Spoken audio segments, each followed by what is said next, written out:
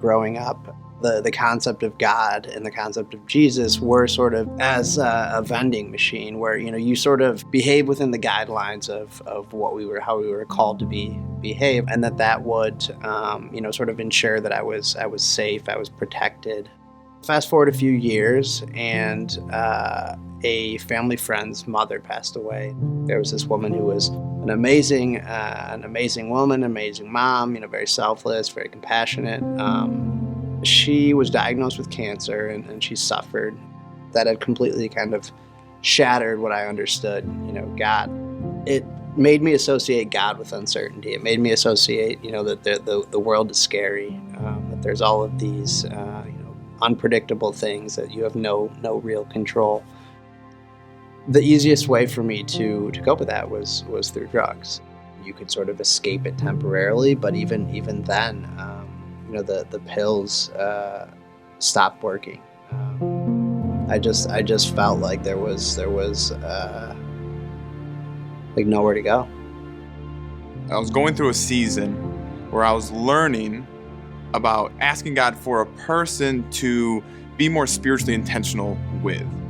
And it was shortly after I started praying that I got a phone call from Andrew. I'm living in Royal Oak at the time. I didn't really have a church, like a home group or a church that I can attend. I'm reading the Bible on my own, but I don't, fully understand it. I don't, I guess, get some of the nuances. And so I call Galen. We had already touched base a little bit here or there. We had known each other in passing, per se.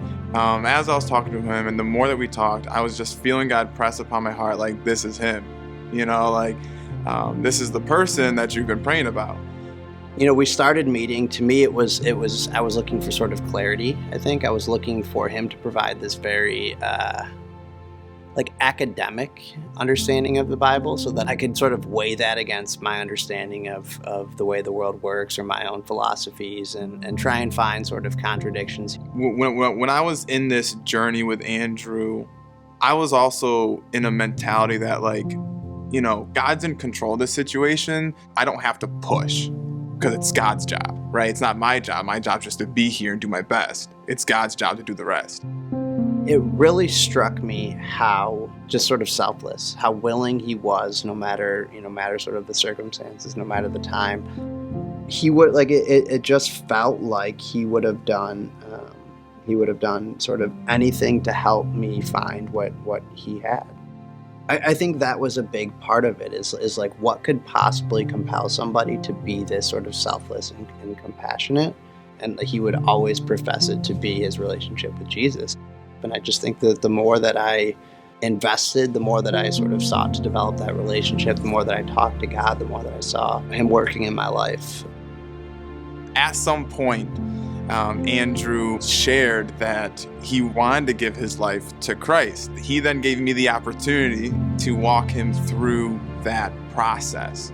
He said what I think is the sinner's prayer, which is essentially, you're sort of admitting that you can't do it on your own. So we prayed that, and it was just powerful. God says in his word, there's one who plants, there's one who waters, but God's the one who makes it grow. I'm kind of just blown away that he truly did choose to use me to witness and be an instrument to Andrew's salvation.